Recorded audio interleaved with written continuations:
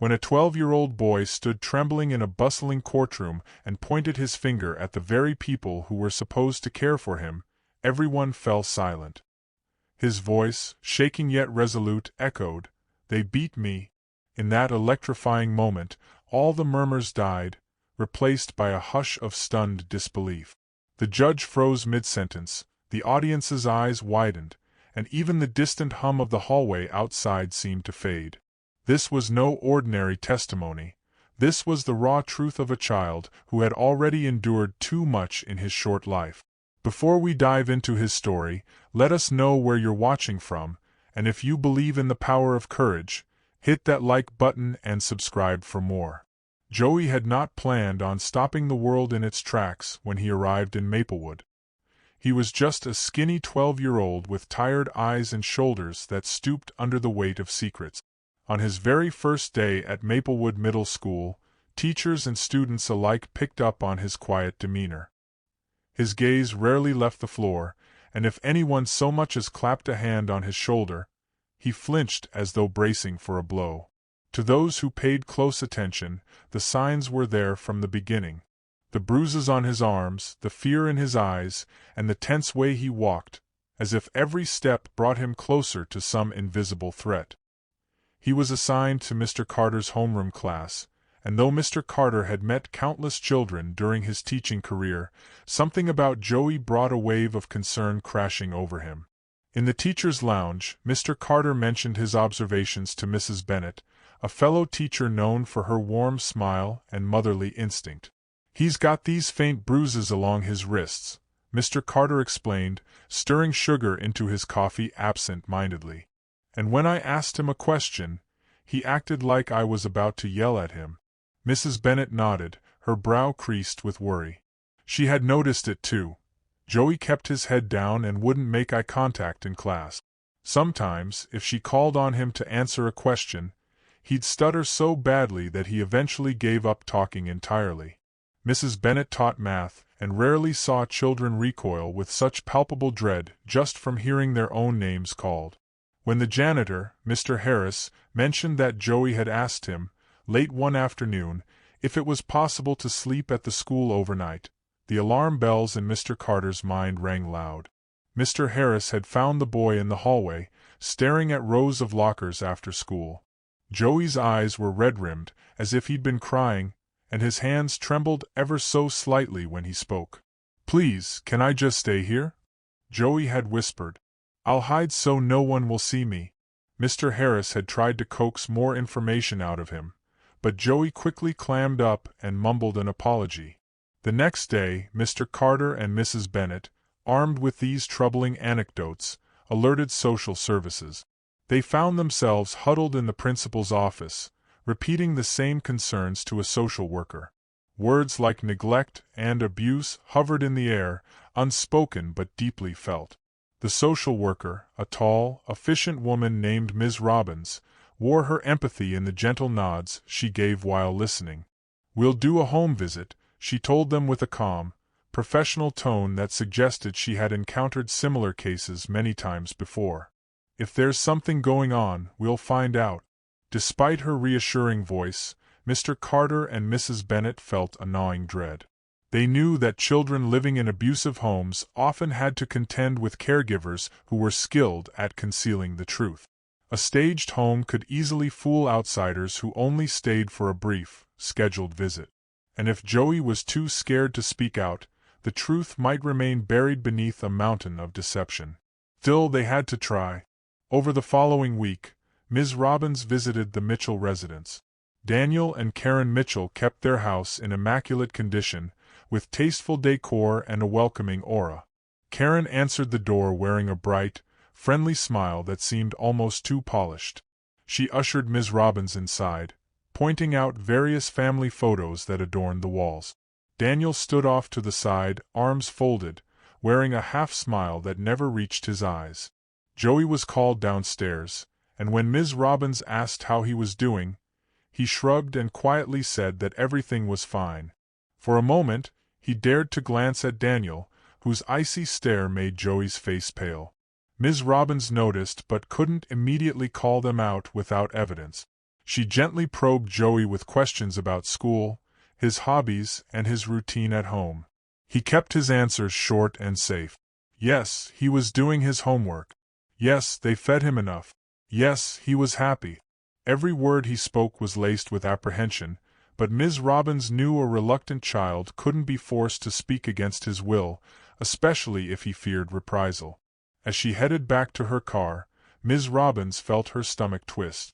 The Mitchells were too composed.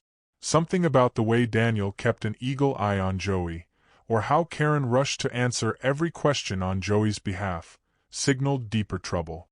Yet, on paper, everything looked normal. No glaring red flags beyond the teacher's suspicions. Tense but inconclusive. She decided to monitor the situation, speak again with Joey at school, and see if further action was warranted. Back at Maplewood Middle School, Joey's demeanor hardly changed. He remained quiet, pushing food around on his tray at lunch, rarely meeting anyone's gaze. But if anything, he seemed a little more anxious. Mrs. Bennet noticed that whenever the phone rang in the classroom, Joey's eyes flickered toward it with fear. Mr. Carter tried to engage him by talking about his own youth, hinting that he knew what it was like to feel alone or frightened. "I wasn't always as confident as I seem now," Mr. Carter admitted, leaning in so only Joey could hear. "When I was your age, I moved around in foster care too. Some folks weren't kind at all. It's okay to feel afraid." Joey studied Mr. Carter's face, searching for any signs of mockery or deceit. All he found was genuine concern, which made him feel equal parts grateful and terrified. It was Lily, a kind-hearted girl in Joey's class, who started breaking through his wall. She approached him with delicate caution, offering to share an extra pencil or letting him borrow her notes when he missed a class. "Hey, Joey," she would say softly, "you can have my seat if you want. It's closer to the window." Joey had trouble responding, but Lily was patient. She noticed he drew in the margins of his notebook, small, frightened figures in shadowy corners. She didn't pry. She just told him that the drawings were interesting, that they looked intense and meaningful. He took the compliment with a shy nod. Over the next few weeks, Lily would greet him in the hall with a warm smile, or invite him to sit next to her at lunch. Slowly, Joey allowed himself to accept these small kindnesses. If Lily asked about the bruises on his arms, he would quickly hide them beneath his sleeves. But the fact that he was even willing to be around someone else for more than a minute signaled progress. Mr. Carter and Mrs. Bennet watched from the sidelines, encouraged by Lily's gentle success. They still had no hard evidence to prove Joey was being hurt, and the official visit had turned up nothing definitive. But none of them wanted to ignore the signs. Even the janitor, Mr. Harris, took an active interest. He would station himself near Joey's locker at the end of the day to offer a warm smile or a casual "How's it going, buddy?" Mr. Harris had a reputation for looking after kids who needed extra guidance. He had once helped a student who was on the verge of dropping out find a part-time job at the school cafeteria. Something about his age, wisdom, and unassuming nature put children at ease, though Joey was still noticeably jittery around any adult who tried to get too close. About a month after Ms. Robbins's visit, the tension within Joey began to swell. Every morning felt like stepping out onto thin ice, never knowing if it would crack. At home, Daniel had grown suspicious about the school staff's interest. He started grilling Joey the moment he stepped through the door. "Who asked you questions today? Did you say anything that might make people worry?" On days when Joey hesitated or stammered, Daniel's hand would lash out, sometimes with the back of his palm landing hard on Joey's cheek. Karen wasn't much kinder. She would curse at him under her breath, yank him by the arm if he didn't respond fast enough, and act sweet only if a neighbor or visitor was nearby. Joey found himself constantly braced for pain, the tension in his body so constant he often woke up at night with aching muscles. At school, though, he had begun to realize that these teachers and this gentle girl named Lily might actually care. It both comforted and terrified him. If he told them what was happening, would his life get better or worse? The possibility of Daniel finding out he'd snitched was almost too scary to contemplate. Still, the more time Joey spent in Mr. Carter's classroom, the safer he felt. One afternoon, as he was cleaning the chalkboard erasers, he blurted out in a quivering voice, "Mr. Carter, can I tell you something?" Mr. Carter, who had been reorganizing papers, turned around and saw the anguish etched in Joey's eyes. "Of course," he said, trying to keep his voice calm and inviting. Joey opened his mouth, but the words caught in his throat. Finally, he managed to whisper, "They hurt me at home." Then he stiffened, clapping a hand over his mouth, as if he'd spoken a forbidden spell. Mr. Carter knelt down, gently placing a hand on Joey's shoulder. "It's all right," he said softly. "You're safe right now. Do you want me to get Mrs. Bennet or Ms. Robbins here?" Joey shook his head vigorously, fear shining in his eyes like a cornered animal. "Please don't. They'll know. They'll hurt me more." Mr. Carter's heart clenched. He remembered that feeling all too well from his own childhood, terrified of consequences, convinced that telling the truth would only escalate the violence. "I promise I'll do everything I can to keep you safe," he said, though he knew the words might ring hollow to a child so entrenched in fear. Joey shut his eyes tight, tears leaking down his cheeks, and muttered, "I'm sorry," before fleeing the classroom. Over the next few days, Mr. Carter was racked with worry. As a mandated reporter, he had no choice. He shared Joey's words with Ms. Robbins, who promptly began the process of obtaining a court order for a more thorough investigation. But such procedures take time, and in the interim, Daniel and Karen Mitchell would still be Joey's legal guardians. That reality weighed heavily on everyone who cared about him.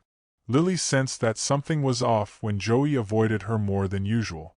She cornered him by his locker one afternoon and asked, "What's wrong?" His eyes flickered to hers, and for a moment, he looked ready to pour everything out. But instead, he mumbled, "Nothing," and hurried away, leaving Lily standing there with a heartbreak she didn't fully understand. In the ensuing weeks, social services gathered more documentation. Mr. Carter and Mrs. Bennet wrote statements detailing their observations, including the bruises, Joey's subdued behavior, and his explicit admission to Mr. Carter.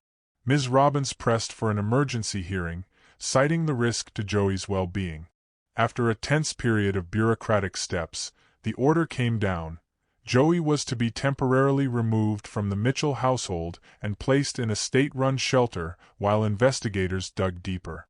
The day that Ms. Robbins and law enforcement officers arrived at the Mitchells' door to escort Joey out, Daniel and Karen put on a dramatic show of outrage.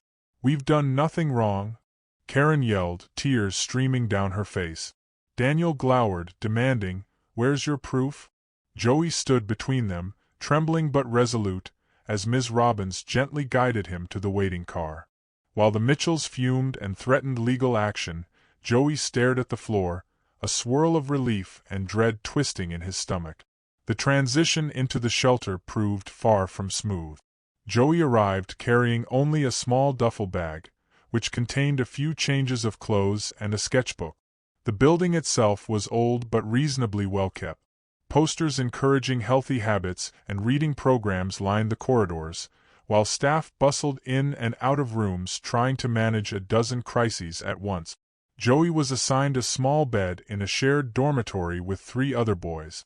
That night, he clung to his blankets, wide awake, as he listened to the endless hum of traffic outside and the muffled sobs of another child down the hall. The routines here, meal times, curfew, supervised outings, were strange to him. He had been in foster homes before, but never a shelter like this. Some of the older kids teased him, calling him a scaredy cat, or telling stories about kids who tried to run away only to get dragged back by police. For the first few days, Joey barely spoke. He would do his homework in the common area, then retreat to his bunk. The staff counselors tried to engage him, but he responded with mumbled monosyllables. He missed Maplewood Middle School and the small connections he'd started to form there. He missed Lily's gentle voice, Mr. Carter's quiet reassurances, and Mrs. Bennet's kind eyes. In the shelter, Everything felt harsh and temporary. When he ventured out into the recreation area, he observed a group of boys playing basketball. They seemed so much bigger and rougher than he was. He retreated to the corner, doodling in his sketchbook until lights out. Each of his drawings mirrored the tension in his mind. Dark images of shadowy figures, hands raised in anger, a small boy cowering in corners. Meanwhile, back at Maplewood, Mr. Carter and Mrs. Bennet worried about Joey's adjustment. They both reached out to Ms. Robbins, who informed them that the shelter was Joey's safest option until the court hearing, which was still weeks away. Lily was upset that she hadn't been able to say goodbye. She confided in Mrs. Bennet after class one day, eyes brimming with tears. "He just disappeared," Lily said. "They told us in homeroom that Joey wasn't coming back for a while, but they wouldn't say why. I'm scared for him." Mrs. Bennet placed a comforting hand on Lily's shoulder, thanking her for caring so deeply. "He's going through a hard time," she explained gently. "But we can't give details. What's important is that we don't forget him." Joey's sense of isolation at the shelter eventually pushed him to do something desperate. Late one evening, when the night staff had done their rounds and the older kids were engrossed in a movie on the common room TV, Joey packed his meager belongings and slipped out a side door. He had no real plan. His only thought was to get away from this place that felt as unwelcoming as any other home he'd known. He wandered the streets until midnight, the chill autumn air biting at his cheek. Eventually, he found a partially covered bus stop where he curled up for warmth, hugging his duffel bag to his chest. The night felt endless, and every time headlights swept across the bus stop, Joey tensed, imagining Daniel or Karen had found him. By morning, his entire body ached, and the hunger pangs gnawed at him. He trudged through the early traffic to a nearby convenience store, where he hovered near the exit, hoping to see a familiar face. Then, as if by some twist of fate, Mr. Carter pulled into the parking lot. He had decided to stop for coffee on his way to school. He nearly dropped his keys when he spotted Joey, huddled against the building, eyes rimmed with exhaustion. Rushing over, he knelt beside the boy and said, "Joey, what happened? Are you okay?" Joey couldn't find his voice. Tears fell, and he trembled with relief at seeing someone who cared. Mr. Carter guided him to the passenger seat of his car, gave him an extra jacket from the back seat, and offered him a granola bar and a bottle of water. "We need to let the shelter know you're safe," Mr. Carter said quietly. "They've probably been worried sick." Mr. Carter drove Joey back to the shelter, but not before making a call to Ms. Robbins, explaining he had found the boy alone on the street. Ms. Robbins arranged for an emergency meeting, and Mr. Carter agreed to be there for moral support. By that afternoon, the staff at the shelter, Ms. Robbins, and Mr. Carter convened in a small, stuffy office to discuss the next steps for Joey's care. Tension filled the room. The shelter staff insisted that the facility was short-staffed and struggled to give each child the attention they needed. Ms. Robbins admitted that a hearing for Joey's case had been delayed due to a backlog in the court system. Mr. Carter, feeling a surge of protectiveness he hadn't expected, offered to help. "If it's possible," he said, "I'd be willing to serve as a temporary guardian. At least until the court date. I was in the foster system myself as a kid, and I know how overwhelming it can be." Joey's eyes flicked up to meet Mr. Carter's. A mix of surprise and hope shimmered there. Ms. Robbins hesitated. "That's a generous offer," she replied, "but the process requires background checks, home evaluations, and official approval. It can't happen overnight." Mr. Carter nodded, acknowledging the red tape. "Then let's start the process," he said. "It's clear that the shelter isn't the right place for Joey, and I don't want him to end up back on the street." So they began the paperwork. Joey listened quietly, his heart pounding with a strange cocktail of apprehension and cautious optimism. Could Mr. Carter be the stable figure he'd longed for? Or would this be another disappointment? For now, he would just wait and see. In the meantime, Joey had no choice but to remain at the shelter, but the staff kept a closer eye on him. He also began to see a counselor twice a week, someone who specialized in trauma cases involving children. At first, Joey would answer questions with terse sentences, but over the days, the counselor's calm demeanor chipped away at his defenses. He started admitting small truths, that he was afraid of the dark because Daniel once locked him in a closet, that he flinched at sudden movements because Karen had a tendency to slap him if he moved too slow. These revelations, though distressing, were crucial. They provided tangible proof that Joey was a victim of abuse. The counselor documented everything, preparing to testify if needed. The day of the preliminary hearing finally arrived. The courthouse was intimidating. Tall ceilings, marble floors, and stern-faced security guards who made Joey's stomach twist with anxiety. He wore his best clothes, a simple button-down shirt and jeans, and sat in a waiting area with Ms. Robbins by his side. Mr. Carter arrived shortly after, greeting Joey with a reassuring smile. "You'll be okay," he told him softly. "I'll be right here." Ms. Robbins explained that Daniel and Karen would also be present to give their statements, and that the judge would likely set a court date for the formal trial soon after hearing from all parties. When Daniel and Karen arrived, they wore somber expressions, dressed in conservative attire that gave them an air of respectability. Karen even dabbed at her eyes with a tissue, as if she were the one wounded by all these allegations. Daniel whispered something in her ear, and she nodded, glancing with what looked like practiced sorrow at Joey. They sat opposite each other in the courtroom, the tension so thick it could have been cut with a knife. As the hearing commenced, Daniel and Karen gave their side. They claimed Joey was a troubled child, prone to lying and angry outbursts. Karen insisted they had tried to get him help, but that the system failed them. Daniel spoke in a cool, level tone, describing how Joey had behaved erratically, and once even threw a lamp across the room. Then came the cunning twist. They said they had never laid a hand on him, that any physical marks might have come from roughhousing at school or from the child's own clumsiness. Joey shrank in his seat as each lie floated through the air. He dared not look at Daniel or Karen, afraid of the silent threats that might lurk in their eyes. Ms. Robbins presented her findings, the teacher's statements, and the counselor's early observations, but the hearing was just a preliminary step. The real drama would play out in a full trial. The judge, a stern woman with sharp eyes, set a date for the formal proceedings in a few weeks' time, warning both sides that any misconduct or harassment in the meantime would result in serious legal consequences. Though it wasn't the final battle, Joey felt like he'd just survived a small war.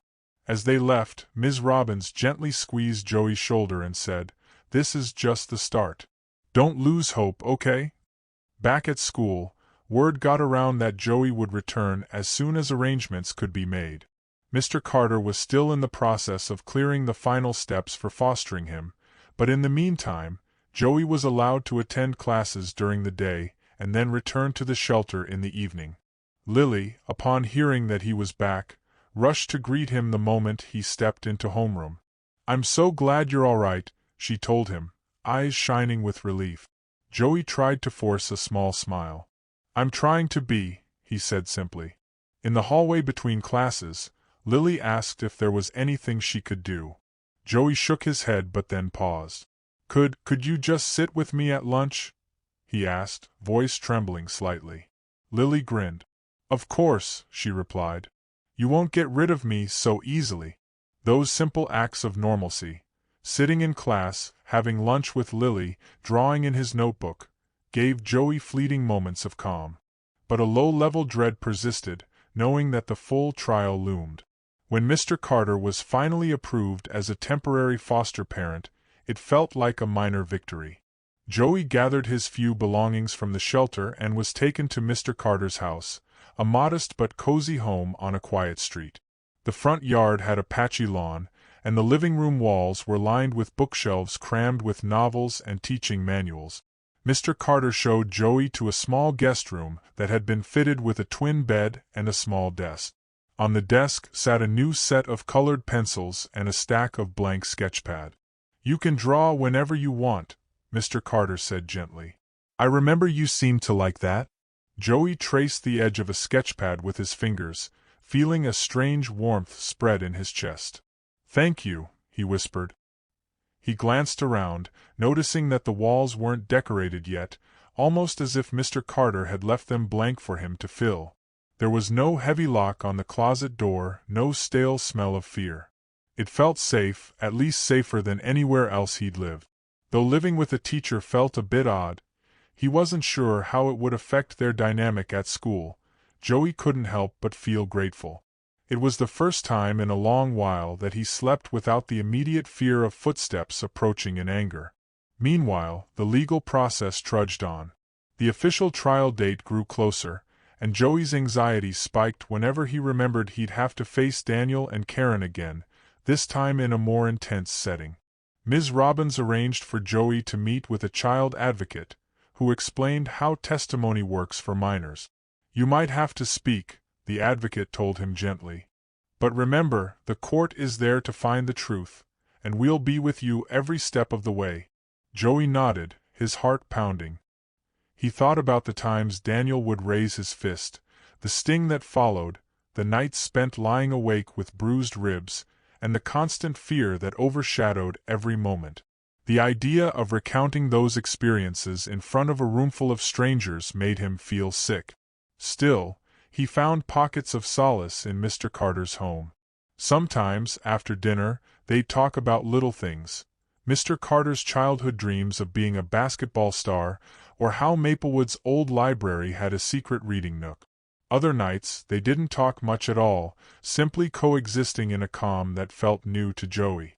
On weekends, Lily occasionally stopped by to drop off notes for class or to study, and Mr. Carter always made sure to offer her a snack before politely retreating to another room so they could have privacy. Slowly, Joey began to believe that maybe not all adults were out to harm him. Perhaps there was such a thing as genuine kindness. Yet the looming court date remained a dark cloud over his life. One evening, while sitting at the kitchen table, Mr. Carter noticed Joey was picking at his food. "Want to talk about it?" Mr. Carter asked gently.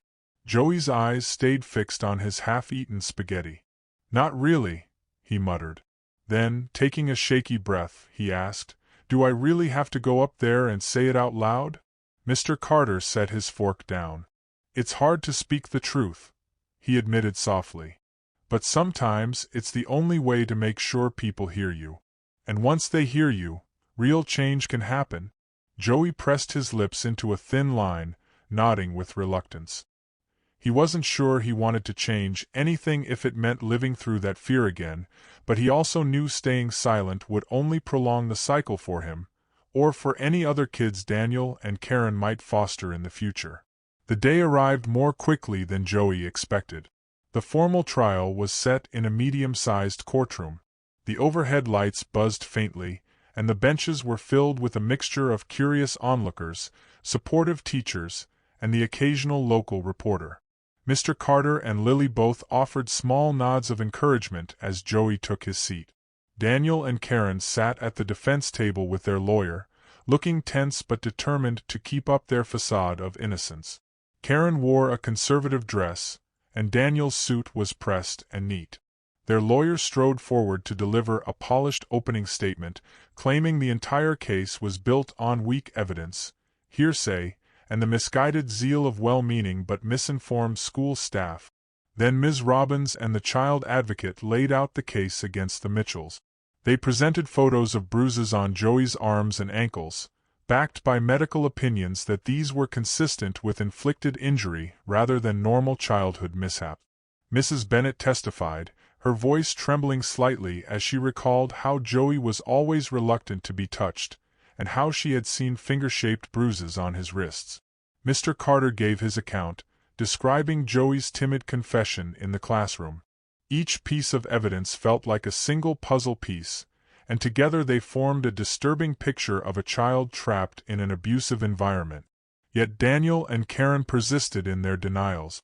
Their lawyer attempted to undermine the credibility of the school staff by suggesting they might have jumped to conclusions. They also hinted that Joey had a history of telling tall tales to get attention. Finally, it was Joey's turn. The judge, mindful of the emotional strain on a young witness, allowed the child advocate to stand close to him. With trembling steps, Joey approached the witness stand. He glanced briefly at Mr. Carter, who offered a reassuring nod, and then at Lily, who had tears in her eyes but gave him a small, encouraging smile. At first, Joey could barely speak above a whisper, and the judge gently reminded the courtroom to stay absolutely quiet. The defense attorney tried to corner Joey with questions about bad behavior or making up stories, but Joey's eyes flickered with defiance, fueled by the memory of every bruise he'd hidden. His voice trembled, but he managed to speak his truth. They wouldn't let me eat if I made them mad. They'd lock me in a closet. A murmur ran through the courtroom. The judge warned everyone to remain silent. Then the pivotal moment arrived. The defense attorney asked, in a cold, condescending tone, "And you're sure you're not exaggerating? Isn't it true you can't remember exactly when any of this supposedly happened?" Joey swallowed hard. He lifted his gaze toward Daniel and Karen, who stared back at him, Karen's face awash in false tears, Daniel's eyes narrowed. The hush was absolute. Joey thought about every night he had spent too terrified to breathe, every second he had endured their wrath. Then he spoke, louder this time. "They beat me." The words cut through the room like a razor. In that moment, the entire court fell into a profound silence, as if everyone had stopped breathing. Joey's tears spilled over, and once he started talking, he couldn't stop. He recounted the slaps, the kicks, the verbal assaults, and the constant terror that had been his life. He spoke of how Daniel's belt would be used as a threat, and how Karen would yank him by the hair if he dared to cry. By the end of his testimony, the tension in the courtroom was nearly unbearable. Joey's sobs broke the quiet, and the judge allowed a brief recess so he could compose himself. While he stepped down from the witness stand, Mr. Carter rushed over to wrap him in a gentle hug. Lily, too, stood there, tears streaming down her face as she whispered, "I'm so proud of you." The Mitchells looked shaken, their facade cracked. In a moment that seemed surreal, Karen buried her face in her hands, while Daniel locked his jaw, his eyes flickering with what looked like panic. When the trial resumed, the weight of Joey's testimony hung over every word uttered. No amount of polished argument from the defense could erase the raw truth that reverberated through the room. The judge took the evidence under advisement, and after a tense wait, the verdict came down. Daniel and Karen Mitchell were found guilty of child abuse and neglect, pending final sentencing. The immediate outcome was that Joey would remain in the custody of Child Protective Services, with Mr. Carter as his foster guardian. The Mitchells were taken away to await sentencing, though the wheels of justice would continue turning for a while yet. Appeals, final sentencing, and so forth. For Joey, though, the trial's conclusion felt like emerging from a dark tunnel into the light. It wasn't the end of his troubles, but it was a massive step toward safety. In the days that followed, the emotional aftermath washed over everyone. Joey was relieved beyond words, but also haunted by the memories he had unearthed so publicly. Nightmares haunted his sleep, and sometimes he would wake up crying, expecting to find Daniel looming over him. Mr. Carter responded with patience and compassion, rubbing Joey's back, reminding him that he was safe now. The school recognized what Joey had gone through and took measures to accommodate his emotional need. A counselor was made available on campus, and teachers tried to lessen his workload, understanding that he needed time to heal. Mrs. Bennett, who had been crucial in noticing Joey's condition early on, stopped by Mr. Carter's house with a homemade casserole, beaming with maternal pride at how far Joey had come. Lily continued to be a steady friend. She'd chat with Joey about books, music, and silly gossip from school, anything to make him feel like an ordinary kid again. Sometimes they'd sit together on Mr. Carter's porch, watching cars pass by, and Lily would share jokes or funny stories that made Joey snort with laughter. Each small moment of normalcy was a balm on the wounds left behind by Daniel and Karen. A few months later, after legal formalities, Mr. Carter officially applied to adopt Joey. The process would be lengthy, Home visits, psychological assessments, interviews, but the spark was there. Joey had grown comfortable in Mr. Carter's home, finding solace in the predictability of a warm meal, quiet evenings, and someone who asked how his day went without any underlying threat. Mr. Carter, motivated by his own history in the foster system, felt a strong drive to give Joey the supportive home he had never known. During one of the interviews, a social worker asked Joey, "Is this what you want?"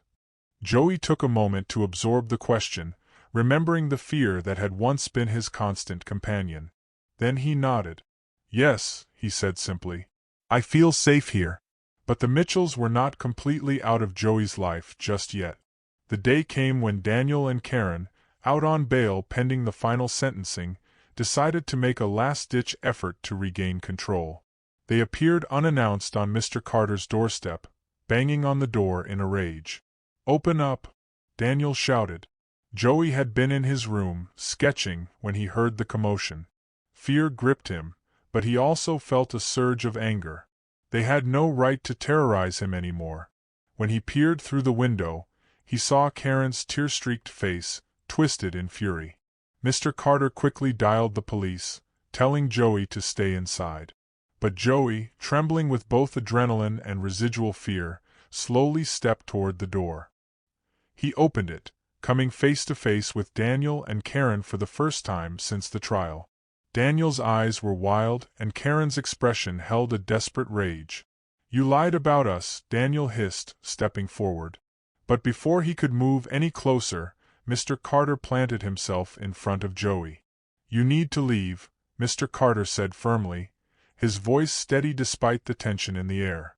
"We've already called the police."